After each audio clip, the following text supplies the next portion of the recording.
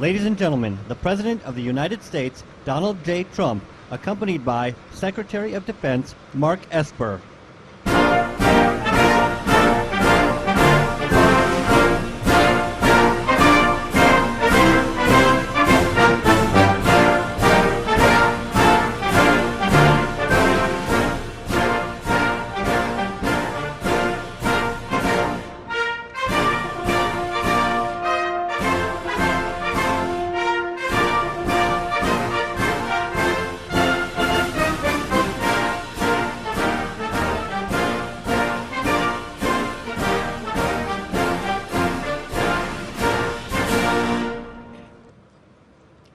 Good afternoon, everyone, and thank you, Mr. President, for being here today as the United States naval ship Comfort prepares to set sail for New York. On behalf of the men and women of the Department of Defense, I want to thank you for your leadership during these difficult times.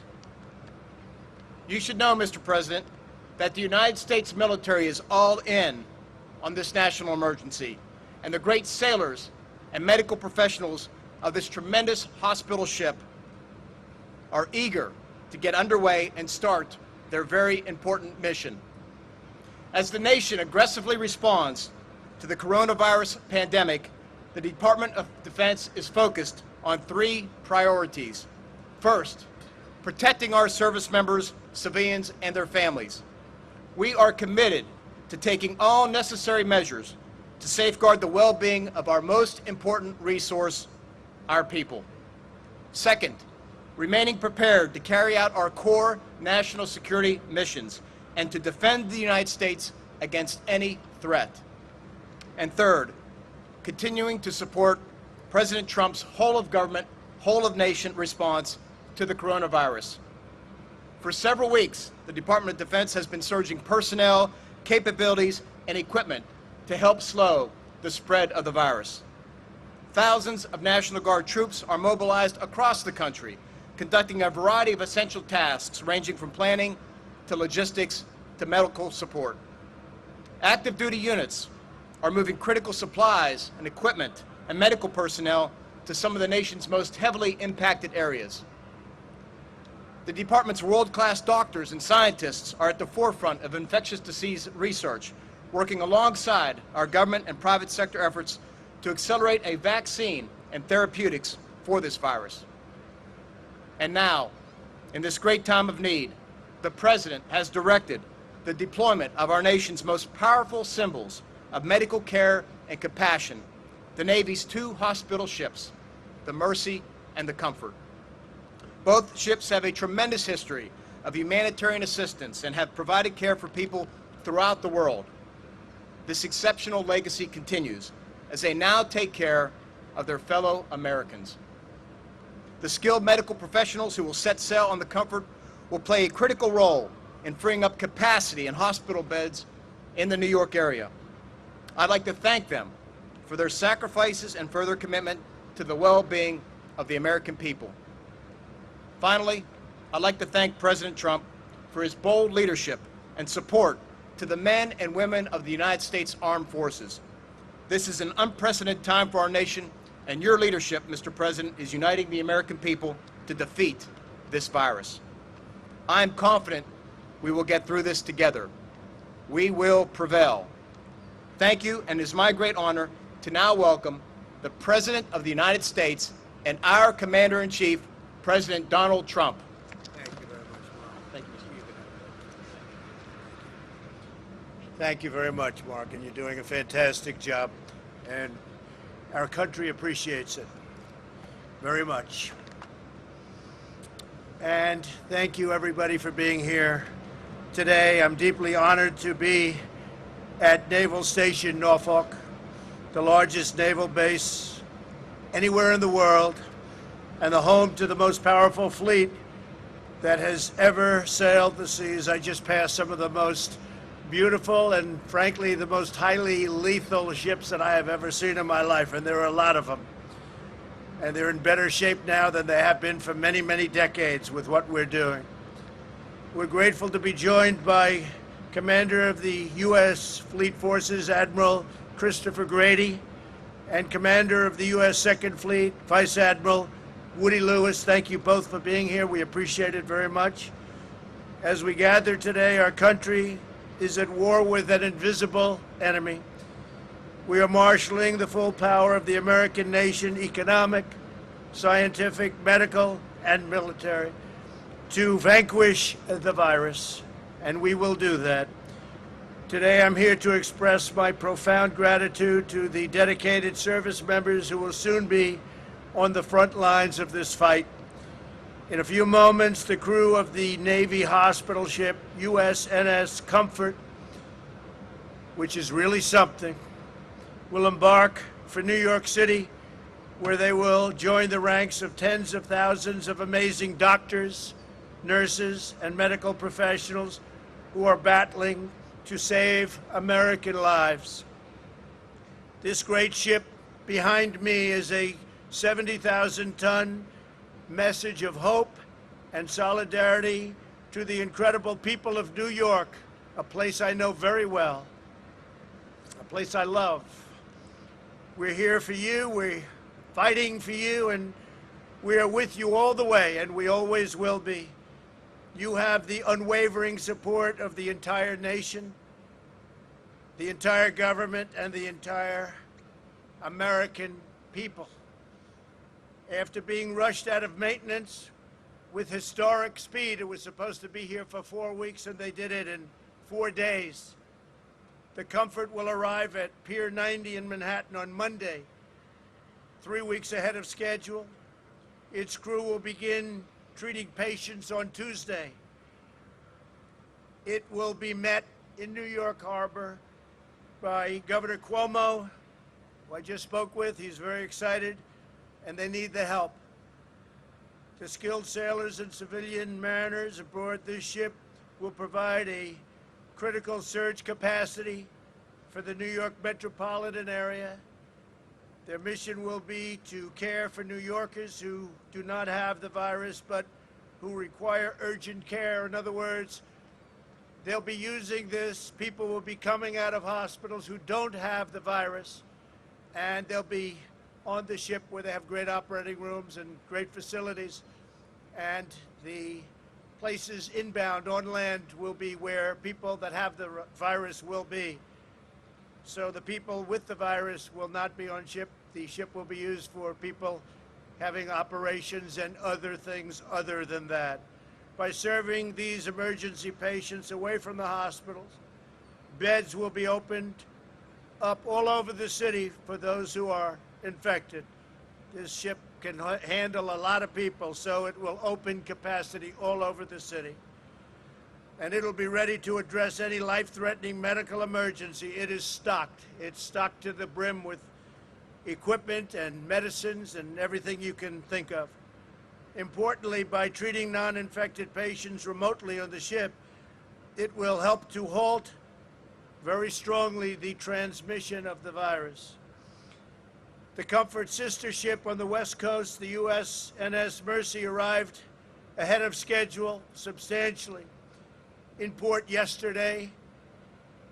Governor Gavin Newsom was very thankful for it. They're working very hard in California. It's performing a similar mission for the people of Los Angeles and the people of California. As the USNS Comfort gets underway, it is fully loaded with 12 operating rooms, and they are fully equipped. 1,000 hospital beds, a medical laboratory, a pharmacy, an optometry lab, digital radiology, a CAT scan, 2 oxygen-producing plants, and a helicopter deck, which will be used very actively. It also bears our military's greatest weapon of all, a crew of nearly 1,200 outstanding members of the United States Navy, and I thank them very much. Among the sailors departing today are some of the finest doctors, nurses, technicians, orderlies, and medical staff anywhere in the world. These are true professionals, and no one performs better under pressure when lives are on the line. These are incredible people.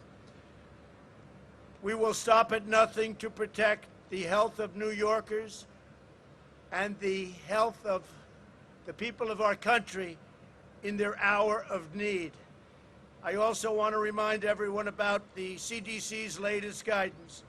If you are from the New York metropolitan area and you travel elsewhere, we need you to self-quarantine for 14 days to help us contain the spread of the virus.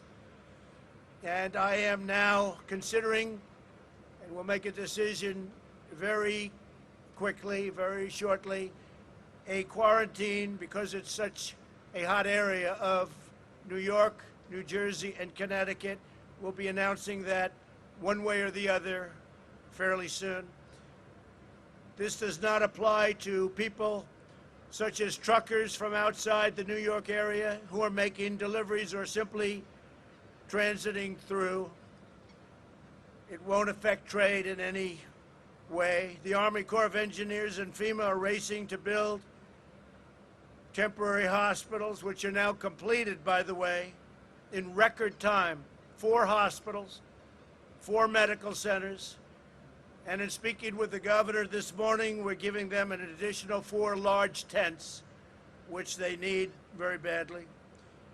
And the emergency medical stations in New York are top of the line. You have them in not only New York, but in California and Illinois. We'll be adding some to other states also. I've empowered our nation's governors with the resources to call up the National Guard and authorize the activation of ready reserves. 2 big words, ready reserves. FEMA has shipped or delivered 11.6 million N95 respirators, 26 million surgical masks, 5.2 million face shields, and a lot are being made of all of the things I just named right now. We have millions and millions of new medical items being made as we speak and purchased. 4.3 million surgical gowns, 22 million gloves, and 8,100 ventilators. We have moved rapidly to mobilize every instrument of American power. This week I invoked the Defense Production Act to compel General Motors to carry out federal contracts for ventilators, and I think they're going to do a great job. I have to say that.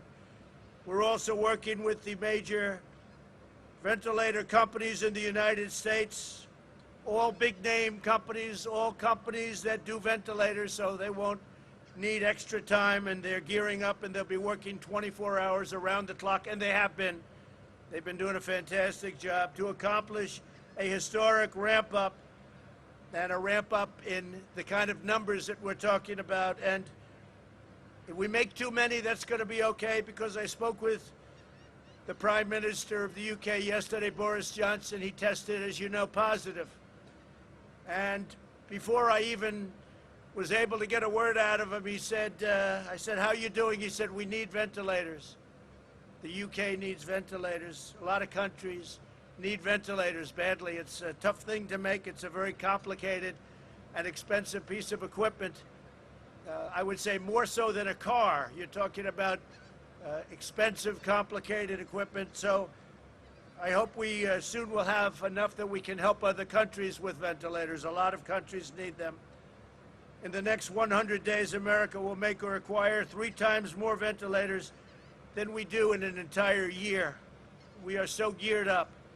At Boeing, Ford, Honeywell, 3M, Haynes, and other great American companies, factory floors and manufacturing lines are being converted to produce the respirators, protective masks, face shields, and other vital equipment. And those companies have been amazing.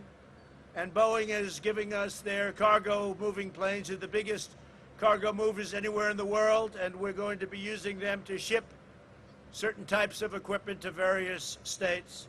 Hundreds of millions of Americans are also making tremendous sacrifices on the home front in a historic drive to support our great workers and businesses.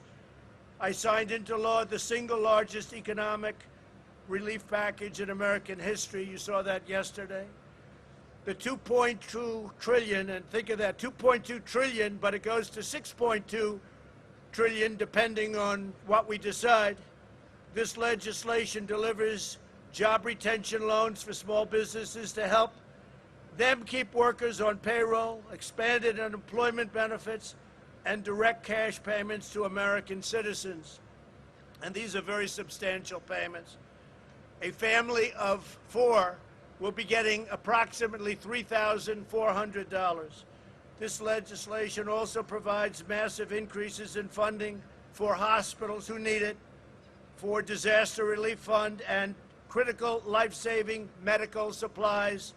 We're spending a tremendous amount of money on medical supplies.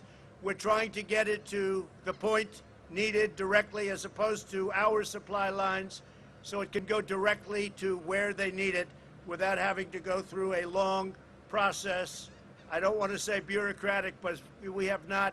This group of people has worked so incredibly hard, and the energy and the speed with which they're delivering everything has been really admired by everybody. Everybody's talking about it, the job they're doing. My administration has also taken action to suspend federal student loan payments. So we're suspending, and that means suspending in every sense of the word, student loan payments, so that the students that are not able to take advantage of what's going on, obviously, for obvious reasons, they will be the payments suspended. We've temporarily stopped federal evictions and foreclosures. We've postponed tax day until July, which is a big thing, first time that's happened, and waived regulations to speed new treatments to the market. And we have new treatments coming on rapidly. We're doing very well, we think, with vaccines, and we're doing very, very well with, hopefully or potentially, cures. We're looking at a lot of different alternatives, a lot of different medicines. That would be game changer. The battle in which we're now engaged has inflicted many hardships on our nation and our families, tremendous hardship on some families, and much death, much death. But through it all, the world has witnessed the unyielding resolve of our incredible American people. We are not only a country of vast resources, we're a nation of colossal strength, towering spirit, soaring patriotism, and exceptional character, and you're showing it to the entire world. At this moment, there are 151 countries throughout the world that are under attack by this horrible, invisible enemy. 151 countries. And we're in touch with a lot of them. Our professionals are the best in the world. But who would ever think 151 countries are under attack? We are one family bound together by love and loyalty, the eternal traits so perfectly embodied by the extraordinary men and women aboard the ship and the men and women at this beautiful, scenic, but really tough base. This base is something, thank you very much, this base is something very, very special. With the courage of our doctors and nurses, with the skill of our scientists and innovators, with the determination of the American people, and with the grace of God, we will win this war, and we will win this war quickly, with as little death as possible. And when we achieve our victory, this victory, your victory, we will emerge stronger and more united than ever before. We are going to be at a level of preparedness in case something like this should ever happen again, and God willing it won't. But we are prepared. What we've done in building systems, we're now the #1 tester anywhere in the world by far. We're testing more in one day than other countries are testing in weeks and months. We've learned a lot, and I cannot be more thankful to the American people, and I can say this, and I can say this from the bottom of my heart. I am very proud to be your president. Thank you very much, and God bless you all. Thank you. Thank you very much.